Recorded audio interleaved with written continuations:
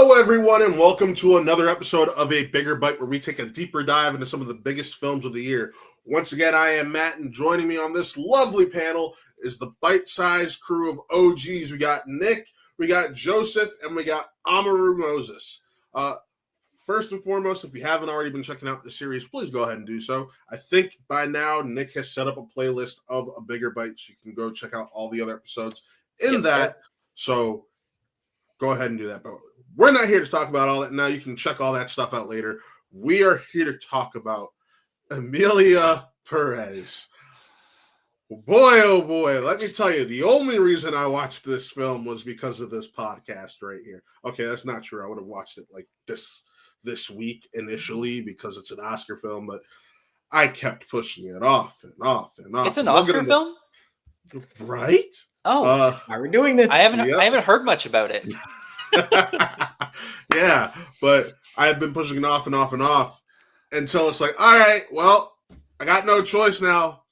Committed to it, I guess. Let's ride. And it was definitely a ride. Oh, we'll start off with Nick. Nick, what were your thoughts on Emilia Pérez? I had a chance to see it at TIFF. And I do think that certain films get a little bit of a shine when you see them at a festival, or sometimes they get hurt just because you're seeing so many of them over and over again. There are things I liked about it.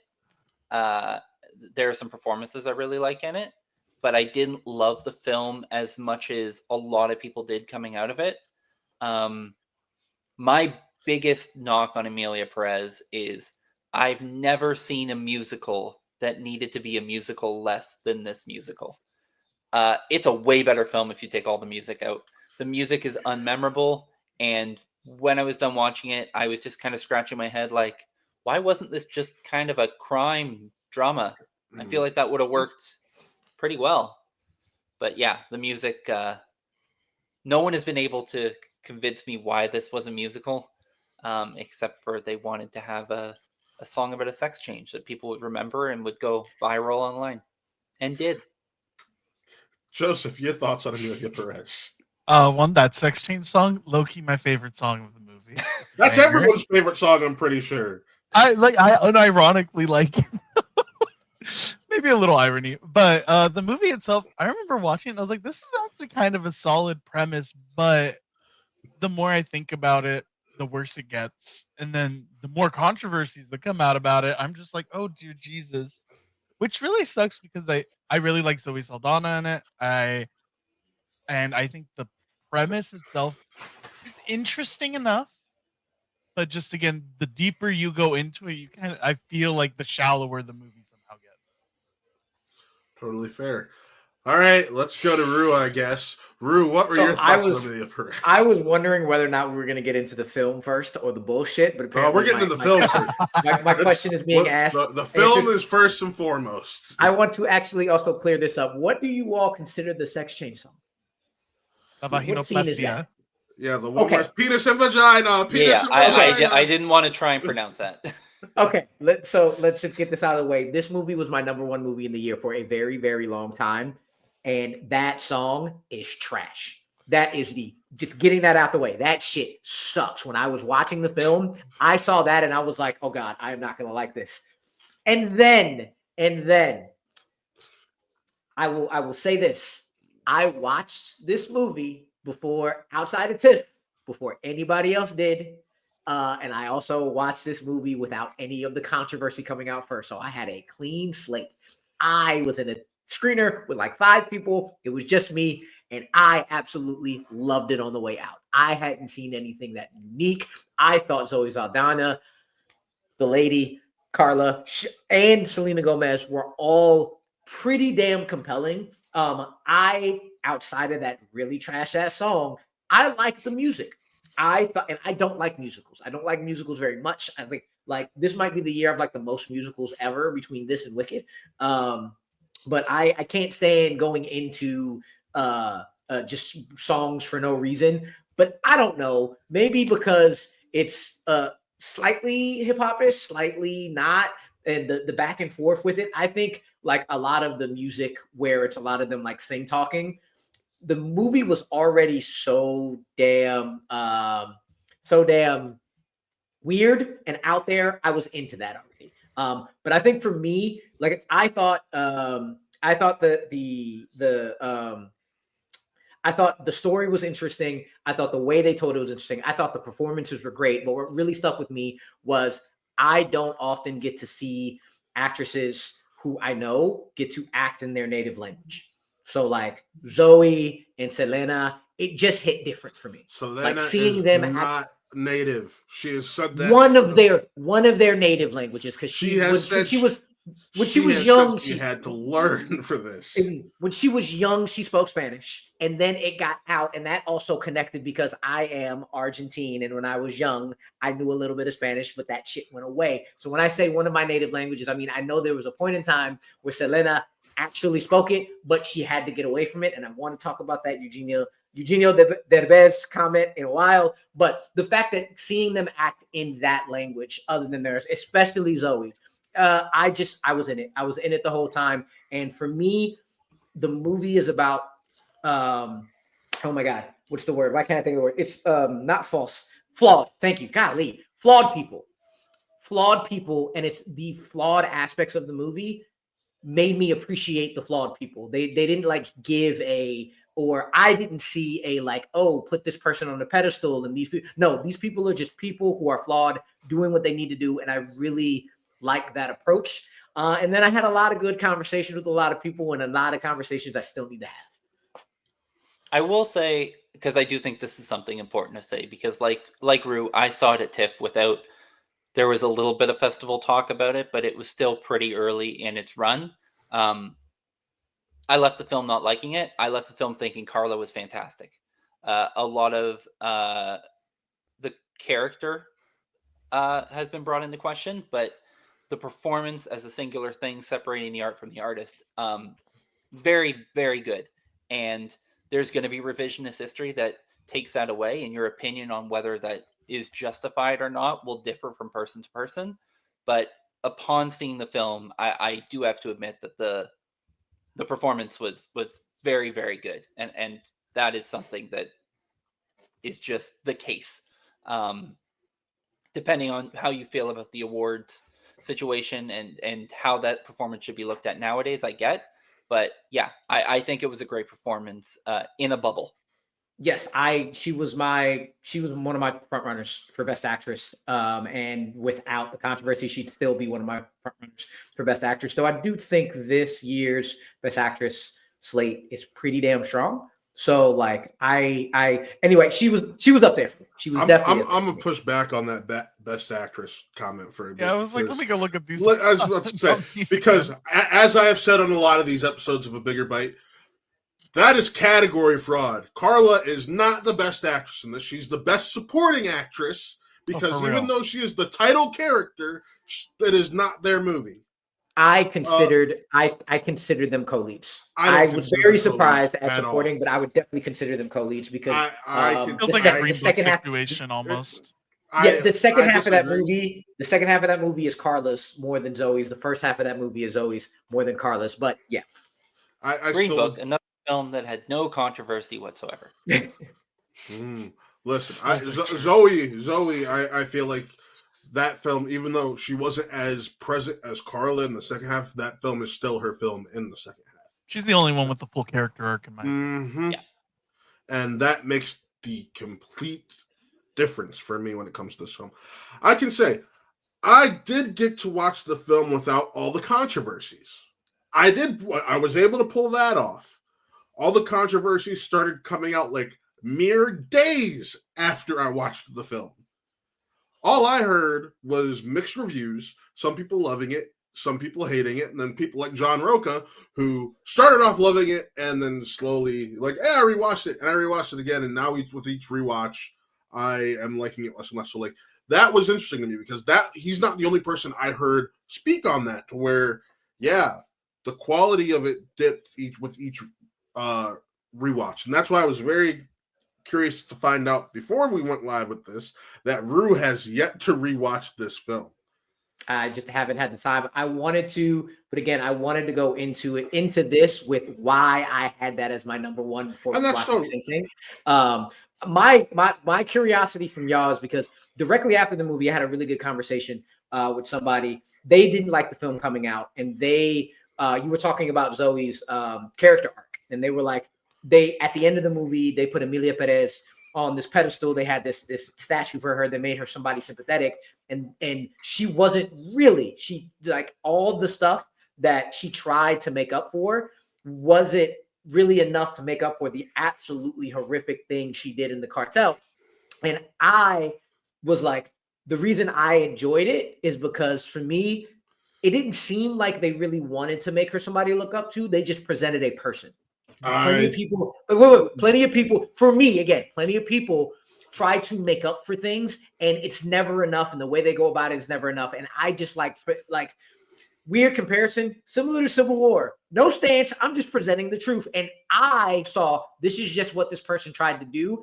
Just like Zoe is doing a hell of a lot of illegal shit and not doing some technically good things, but we're presenting her in like she is a product of her situation. Emilia is a product of her situation and choices they made, and now they're trying to flip it, and it's flawed and it's bad. But it's a presentation of that I just appreciated it being there and the consequences that happen from it. I enjoyed that they did it. So I want to see what y'all thought about that aspect.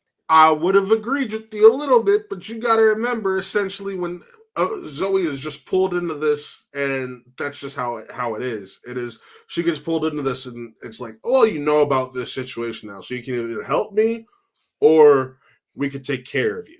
Like, Or do or die. Yeah, it's like from the jump, it is do or die for her, and that's why it's like I can't say that she's really doing bad shit because her life was on the line. I don't know if I agree with that. I'm just saying that's my personal view. I think Nick, you can make a point. I think you can make a point for that off the top, but I think after they meet each other, again at the dinner, and she gets re-involved in their lives, that is a decision she's making. I'm talking about off the top, but at the same time, that's not a decision she's making because Emilia once again pulls her into this situation. Both times, Emilia is the one who pulls Zoe's character in. It's not a decision she's making. It's just the second time she gave her the opportunity to be like, you don't have to. But at that point in time, she's already done everything else. It's like, well, I've already done everything else. What worse could happen? That's the situation with the second time around. My question comes at this point. Yes, it is a situation of like, what choice do I have? But I deeply remember at the beginning of the film, Zoe in the situation already where she is like, I am not being recognized for the shit I need to do. I need to get paid. I need to have this stuff. And if she was somebody, my question is, if she was somebody who was like in a situation where she was always doing the right thing and always had the right mindset and said, you know what? But she was targeted because she wasn't getting paid. Wait. Did she really have any second thoughts? Because when I watched it, I was like, this is the perfect opportunity for her. And she doesn't seem to have many qualms about it. It's not like a person who is like, maybe they don't like their job, but they're like, I'm going to go by the book at all times. I already saw Zoe as a person who, if she had any opportunity, no matter how, I think she would have made that choice no matter what. I don't think she had qualms about it both times. I do agree she got dragged in. She agree. But I think that's a thing where her character came in saying, shit, this is do or die, but I'm okay with this. I'm going to do what I need to do, and I'm not having many qualms about it. Well, I'm sorry. If I'm having to choose between not having qualms about getting paid or dying, I'm going to choose not having qualms about getting paid. But did y'all see her really like regret any of that though? That's my thing. I don't see regret. She was clearly annoyed. Joseph, your thoughts? Yeah, no. The thing that I think, one, I remember that second encounter, and I viewed it as initially kind of like soft threatening. Yes, if I'm remembering correctly. Yeah, when they're meeting again, when Emilia has fully transitioned. But I also feel like the song El Mal, the one where she's dope dancing on tables and talking about random shit about all the guests there. I feel like she's essentially showing, look at all of these people. They're also criminals, but they get away with it mostly because they're light-skinned or they're men or both. Mm-hmm. And she talks about how she is struggling to even make an honest living, even make a dishonest living while being a black woman. And she is, yeah, I mean, that I feel is like her point, her rationale for everything, where she's not actually doing anything all that illegal. Like, I guess money laundering, yeah, that's a big crime, but But not realistically, to diminish that. But other than the money yeah, laundering, there's nothing yeah, really she's not else. killing people. She's not ordering Yeah, hits. She's yeah. not even hiding drugs. She's laundering the money so Emilia can fake a death and transition, and then she's laundering money to help victims of the cartel. Yeah. So, So Joseph, that's where I want to hear more about, and that's where I'm like really interested in hearing about conversations about this. So, like, I hear that, and to me, that is like these people are getting away with it because they're light skinned. I'm dark skinned. I don't even get away with this, but now I get that chance, so I'm going to take it. Or is it the other way around, It's the Joseph, other way where around. you're Yeah, like, where it's like, I don't want to do this, and I need to find a way out. That's what I want to hear about.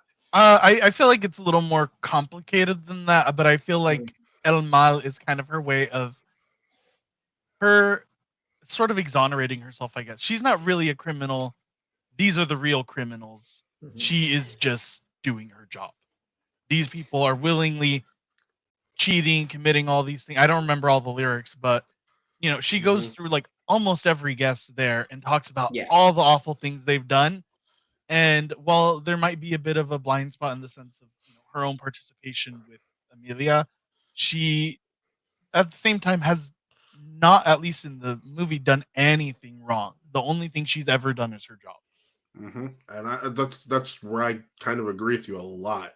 And that's you bring up that song. I just remember her, like you said, dancing, calling out and she gets in a confrontation with Emilia before the event because she's like, "Why are all of these people here? Why do you have these people who are responsible for these crimes at your event to raise awareness and just try to repent and repay these families for the issues that you and these people have caused?"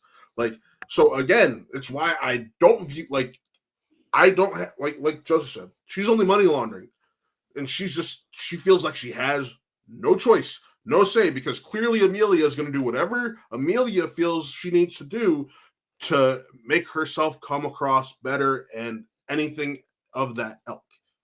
It's really funny because y'all are saying things I agree with, but it's why I like the film because it made me feel like she is a well-rounded, complicated, not knowing what to do character, trying to make the best of a situation. But we're And I'll also say, saying we have no issues with Zoe. It's the rest of it. Yeah, no, Zoe's my favorite yeah. part of the movie. yeah. Yeah, I don't like anyone in this film, but I never got the feeling I was supposed to. And I Yeah, also exactly. don't get the mindset that people think this is a redemption story. It's not. It's not a redemption story. So if I can counter that, the way that they march with her at the end, like I wouldn't even say they put her on a pedestal. They beatify her. They turn her into a saint. They give her a saint statue. They do the marching that they do with saints in Mexico. Everything about that is not. She's not just an honorary person. They, like I said, they beatify her. They put her at a holy level, which because of all that Emilia does and helping reclaim the bodies of the deceased who were killed by the cartel. And these people don't know that Emilia is the one who put them there in the first place. But that's why I'm saying, to me, it's not a redemption story. To the characters within the film that are oblivious to what we are, I totally understand they view the character in that way. But for us watching this, at no point did I go, "Oh, we're supposed to be rooting for Emilia. We're supposed to be rooting for Zoe Saldana's character." I don't get that vibe. I think you get a little bit of guilt from Saldana, and that's why she starts to get into the nonprofit thing that Emilia does at the end.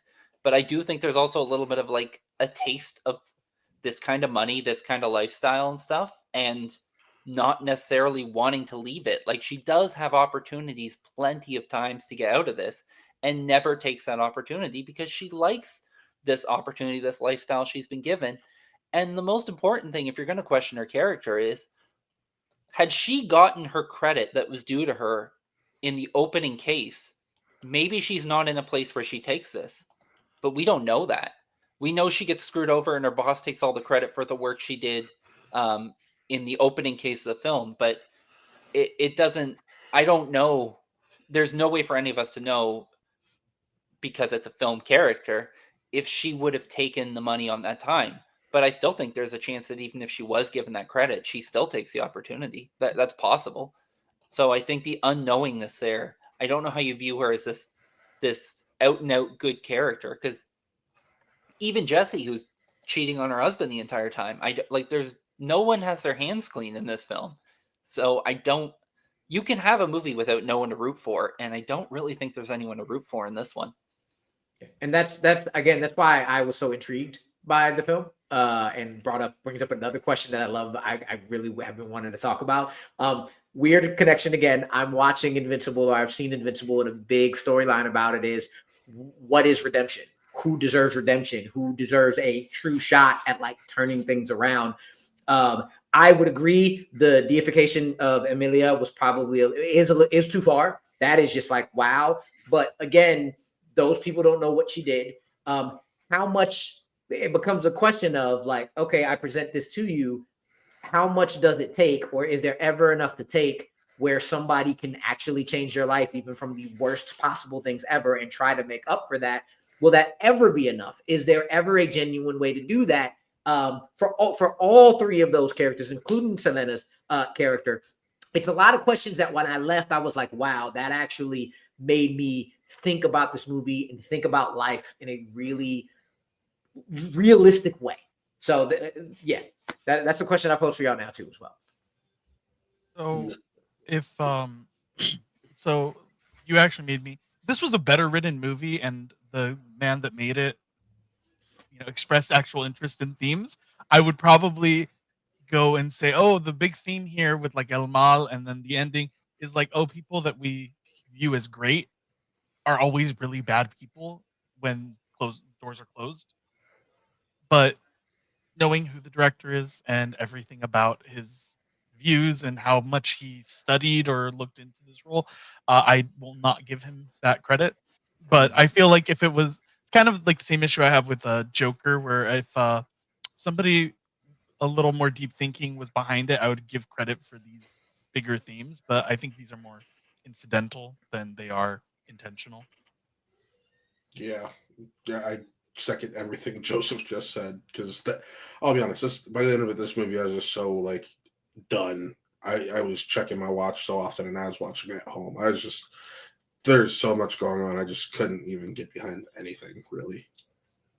Yeah. So in a bubble, like again, without the controversy, like those themes hit me. I didn't know who Jacques Audiard was. I didn't know any like of what people. So like I'm not trans, I'm not Mexican, so I don't have that experience. So like in that bubble, I really, really enjoyed it. And what I really want to have conversations about outside of that now is like, are those things that get into one, Jacques really being an asshole about what he's talking about, going at this, not really using people from the country. Like I've not filming in the country. I've heard there's about like stereotypes for Mexican people, stereotype for trans people, and I'm like, oh, I have the privilege of ignorance. I'm very privileged watching this movie because I don't know about these things, and like going into it now, I kind of want to know what were those things that like I missed because I'm not knowledgeable about it. It is kind of also not Mexican, also not trans. It is kind of, it's almost like the Academy is not putting a good light on LGBTQ and trans people, because if you look at the movies that have been selected in that vein, that they focused on. So if you are, I'll say, ignorant to the issues of trans people and just like their day-to-day lives and stuff like that, the people who just focus on the Academy and don't go, they'll watch their blockbuster films and stuff like that. You get movies like Emilia Pérez. You get movies like, it's escaping me, but the one where Eddie Redmayne plays a woman. Theory of Every Danish No, Girl. wrong one. Not Theory of Every Danish Girl. I see Eddie Redmayne. Stephen Hawking, Secret Life. Stephen Hawking. Trans icon. Yes. But yeah, if Danish you're Girl, not Danish indoctrinated to that, the films that they focused on to tell those stories it's such a shame. And like, I'll just throw out personally a film that I thoroughly like, that I thought had great performances, focused on a trans character, and it's a movie called Cowboys with Steve Zahn, that very few people watched. I think it's excellent. I think it's a great window into the trans lifestyle, what trans people have to deal with without it being what's the word? I'm Angry? pulling a Rue here. Yeah. Exploitative. Yeah, I think a movie like that, like I would love to see those kind of stories get more of a spotlight in an Academy type thing, when these ones are almost hollow, shallow maybe is a better word. When it comes to the trans aspect of it, it's almost used like a MacGuffin. It's like putting on like a Groucho Marx mustache, and it's like, I'm a woman now. Like, it's not really delving into the idea of being trans. Aside from Emilia Perez's relationship, it doesn't really like, you don't see, how I want to word this. You don't see the transition in a way that it feels genuine, as to it more being like Travolta and Nick Cage in Face Off. And it's something that's being done in a way to protect themselves, but not in a way of viewing who they are different. I don't think they do a good job in the film that Emilia, I can't remember what the pre-transition, I know it starts with an M, but I can't remember what his name is. I think it was Marcelo or something like that. It's something along those lines. Manny. Joseph, Manny. Manitas. Yeah, Manitas. You never get that I am a trans woman on the inside. And then that makes it all feel very shallow and very hollow. And when they become Emilia Perez, you also don't really get that I finally feel like who I am. And when that is said in conversation, it's said almost like a line that has to be said. But you never get these deep emotional moments where it's like, I've always been Emilia Perez. Right. And one of the things, because I was been looking up the controversy a lot ever since, especially because I like the film. And one of the things I saw that points to that is is the song where Emilia is talking to their sleeping son. No, their sleeping son, and specifically the whole thing about, am I a he or am I a she? And that kind of like, ooh, yeah. Like, I didn't catch that the first time I saw that, but like, is that really the experience? Or is that kind of throwing away the people who say, hey, I have been like this all my entire life. Why would they come around and even bring up that conversation or that kind of questioning afterwards? So yeah, I definitely, when hearing about it, when talking to people about it, when looking at it, I'm like, okay, when I saw it, I didn't know these things. I didn't know to look for these things. And I 100% understand a lot of the way that the trans community is not being represented authentically, the way that, again, Jacques Audiard just did not try in any way, shape, or form to have Mexican people within this production. And it's kind of trash. Yeah, very trash. I thought you were going to talk about the song early on when she's talking to the doctor about the transition, and he's talking about, well, if a wolf is a wolf, and it doesn't matter whether you change its skin or not, because that was one of those things for me. It was just like, okay, so we're going to talk about the darkness inside, and it doesn't matter if it's. And see, that's one of the things that's the one issue I knew going into it that people had, was it felt like in that moment that they felt this was going to be a story villainizing the trans community, because it's like, well, if this person is just a bad person, they're going to be a bad person regardless of whether they're a he or a she. And that's what that song is about. And then to have them do some very questionable things in that second half of the film, it just follows up on that idea. And I think the other thing is interesting, and with trans people being not new to the mainstream, but being accepted in the mainstream, and now a lot of those rights and views being taken away by certain regimens. I don't know if you're going to get this, but I think this is a far more interesting film if Emilia Pérez is shallow and Emilia Pérez doesn't view themselves as a trans person, and this is kind of a face-off thing, and you have an actual trans character, and then you have them with Emilia, and either you can go like the sappy story of Emilia having growth and then turning back because they did just do it as a mask and learning more about the secondary character, or you have the trans character being a full-fledged villain, making a large point on the way that things were done and the reasons that they did it, and then the secondary trans character becomes the hero of the story.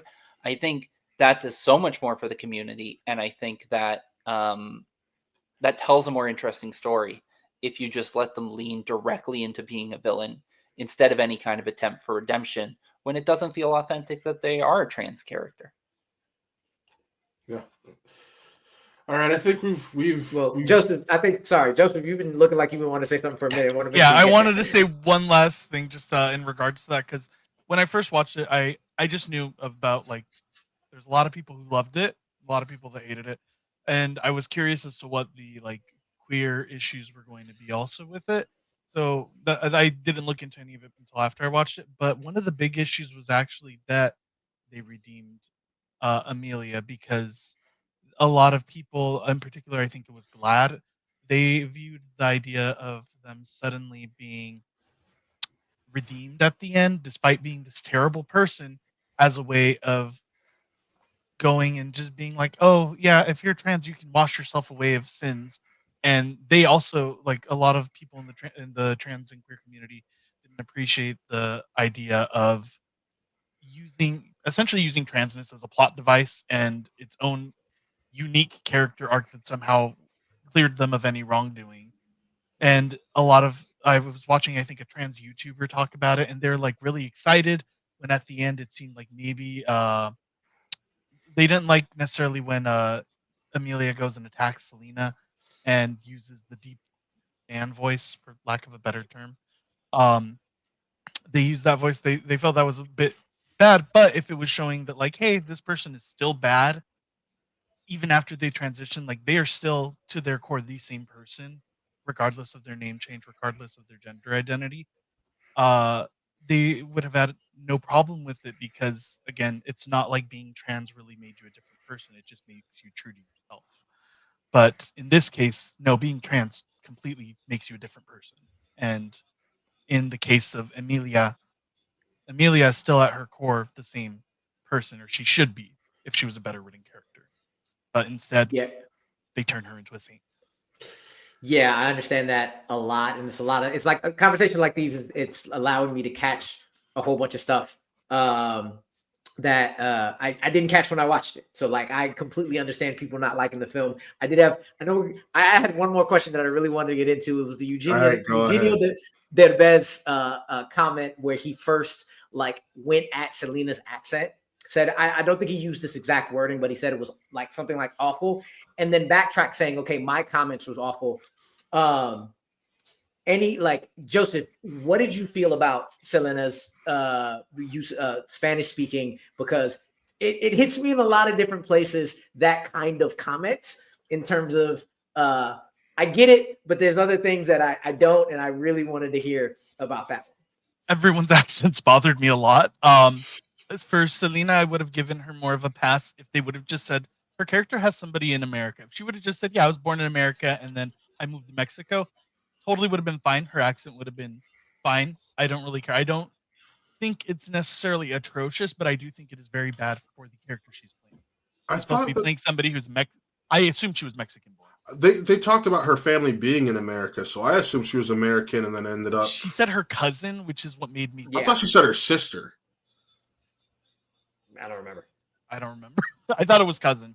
If it was sister, then that makes more sense, and I'll be more forgiving towards that. But I thought it was cousin, so that's why I was just like, because everybody's accent, my family's Mexican. I've been to Mexico 3 times, and nobody sounds like any of them. So that was bothering me a lot, but mostly with Selena, because I thought she was also supposed to be Mexican born. If she isn't, then I'll take back any of that criticism. Yeah. She's doing her best. The reason I bring that up the reason I bring that up because it's not the same thing, but like on one side, I'm like, all right, this sounds kind of similar to when I was growing up.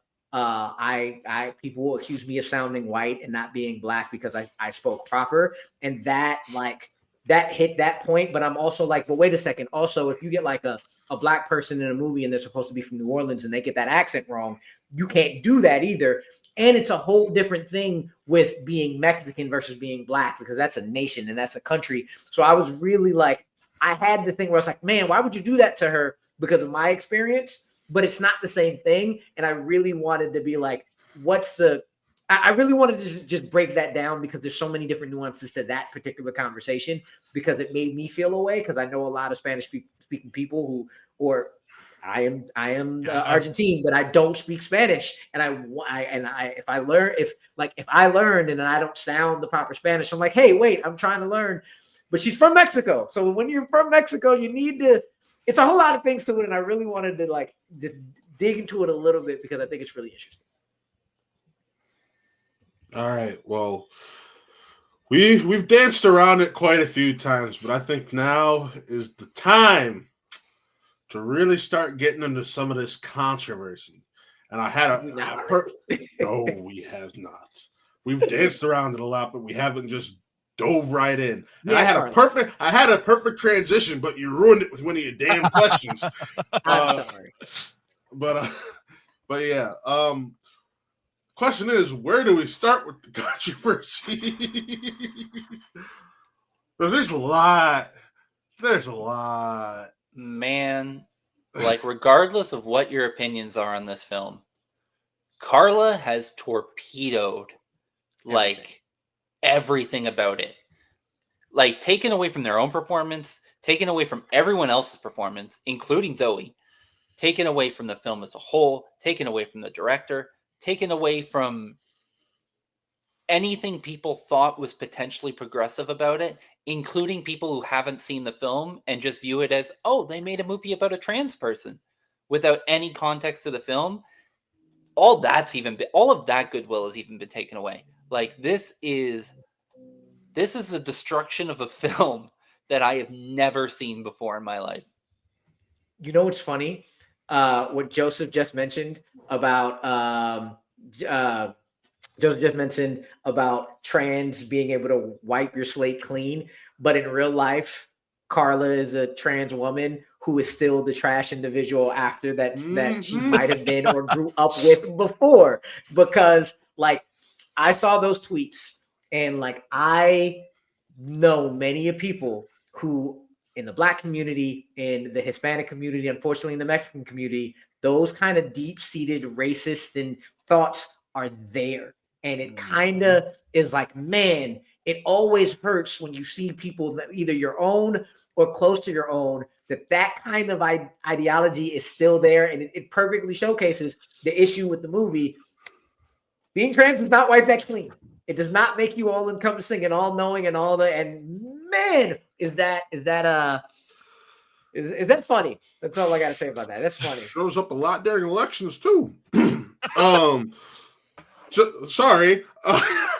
Listen, I remember, like I said, all the controversy with Carla started coming out days after I watched the film. And I remember being in the chat I had with Paige from Bitesize and one of my business partners, Jeff. And I was like, yo, this movie was already getting all this crap. Now it's getting this added on top of it. These chances are going to sit. And it was because none of this stuff really started coming out until right after the Golden Globes, if I remember correctly. And I watched it the week of the Golden Globes. So it was right after the Golden Globes, all this hit. And it's like, oh, well, this went from being the for some reason perceived favorite to it'll be lucky if it gets one win. And I was like, and when I see some people saying that it's not like this is something I did laugh about. There's a well-known critic who's like, oh, it's not like she said she supported Hitler or anything, and then days later the tweet about her supporting Hitler came out, and I was like, yo, like, it feels like people are just speaking shit into existence. Oh my God! God, She said look that up right she now. said something about along the lines of Hitler was right, and I was just like, yo, like this is Yeah, the that's world we live. Like we're living in this world. yeah, that's crazy for the lead of your film to have the same ideals as your president. But I think I think I think the thing that really bugs me about what Carla said is I do have sympathy in this new social media world to someone tweeted something, someone said something a long time ago. Um, I remember like James Gunn was a great example. He made a very Yep. off-color joke, used some inappropriate language, and to me, it's how you dealt with it. It's the same as like you see all the old SNL sketches when like people were in blackface or they said the wrong thing, and it's like Great in memoriam, that by the way. sadly that was viewed as more acceptable at that time. So to me, it's when people have opened their eyes, they've come to a different mindset. Um, it's how you view it in the aftermath. And like, yeah, the SNL thing, they did it in a comedic sense, but it's a comedic Of show, course. and they did bring points to it that like, yeah, we fucked up here. Carla has not done that. Carla has doubled down on everything she said. And that is if she had come out and she had been like, hey, you know what?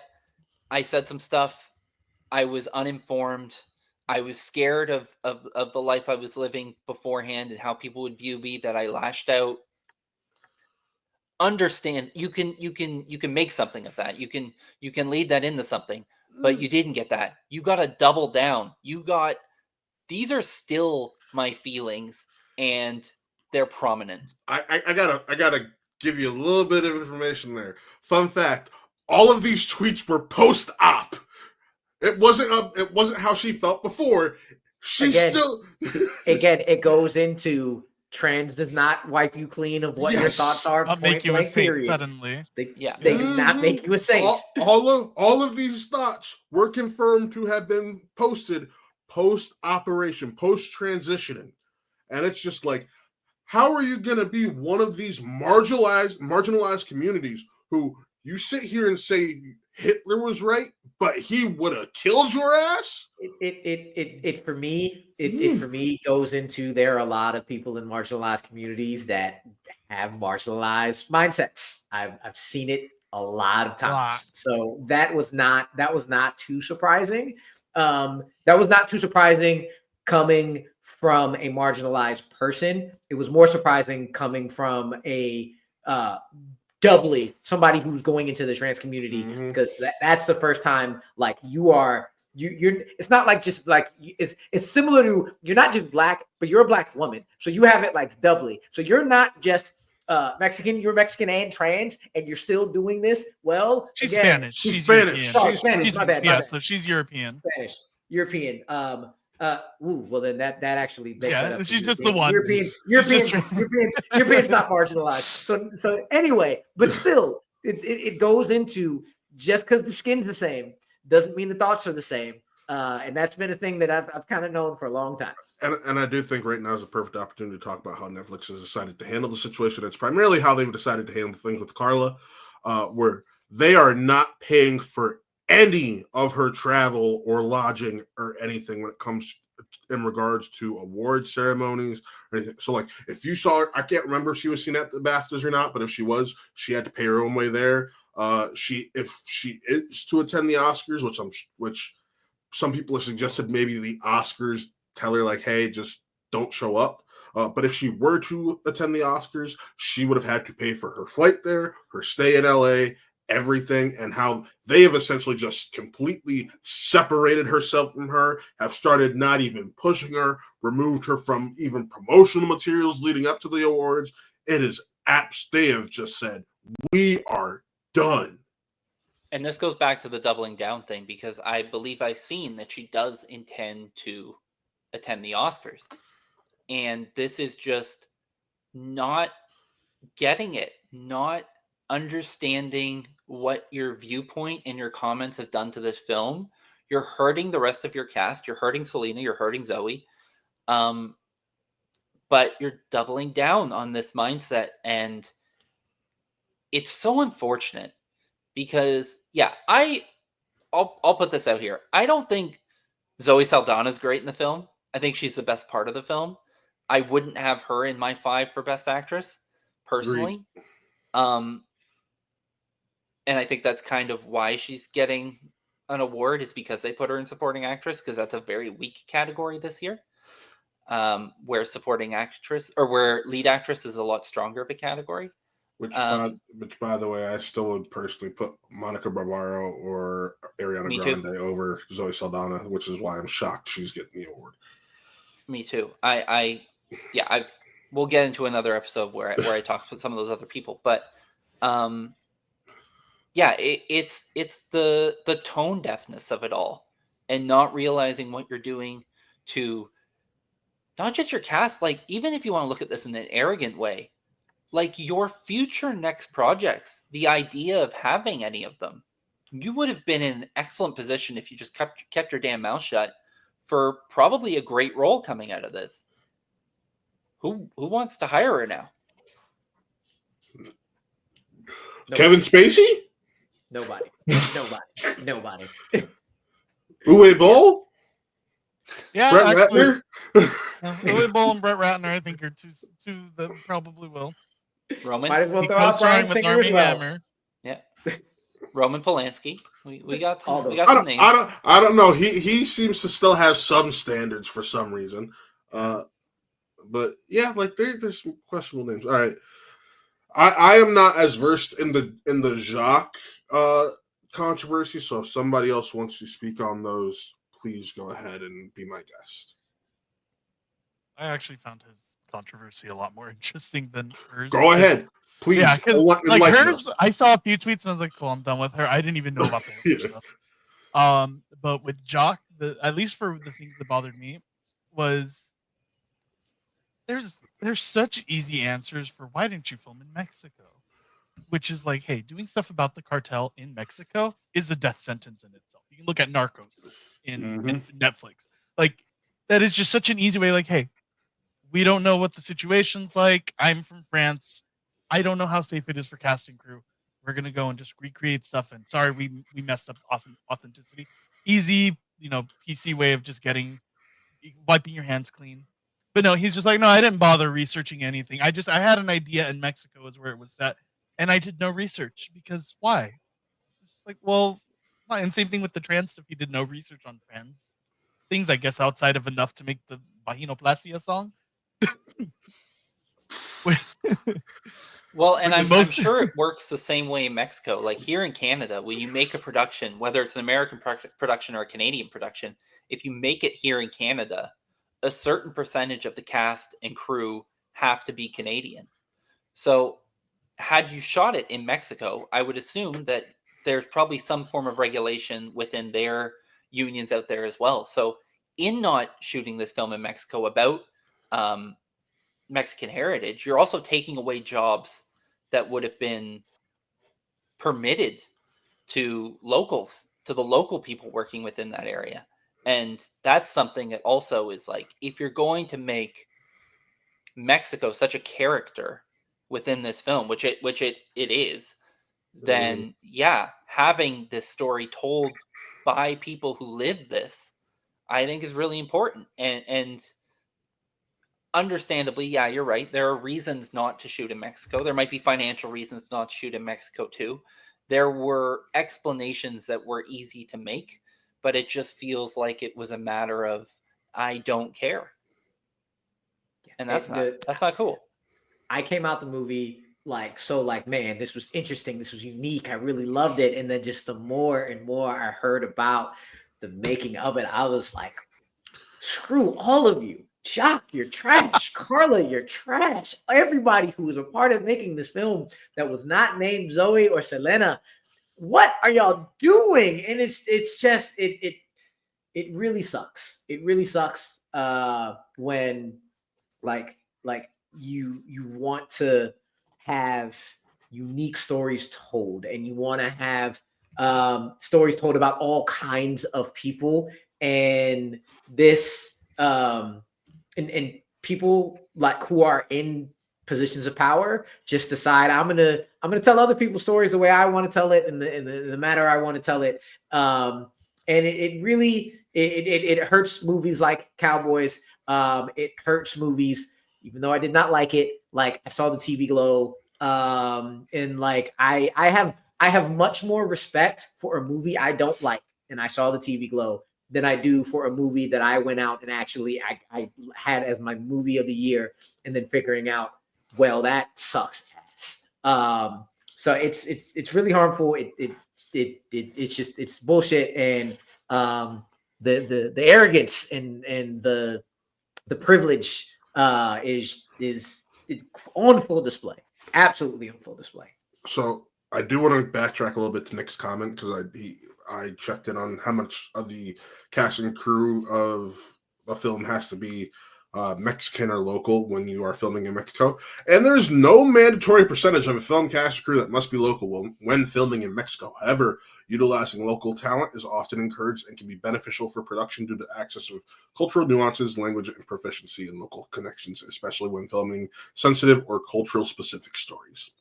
Which would be this movie in so many ways. Mm-hmm. So again, the only thing stopping him. Oh shit! There's like 5 deer running in my backyard. The only sorry, ADHD moment there. The only thing stopping him, and this part I agree with Joseph. Like the cartels, you're telling a cartel story, so it makes sense. Like, hey, for our safety, we ain't gonna do that. But woof, some poor choices were made. That's for sure. The other thing that I've heard a lot of people say was funny, or maybe not. Maybe funny is not the right word, but just I guess showing of Jacques' ignorance was.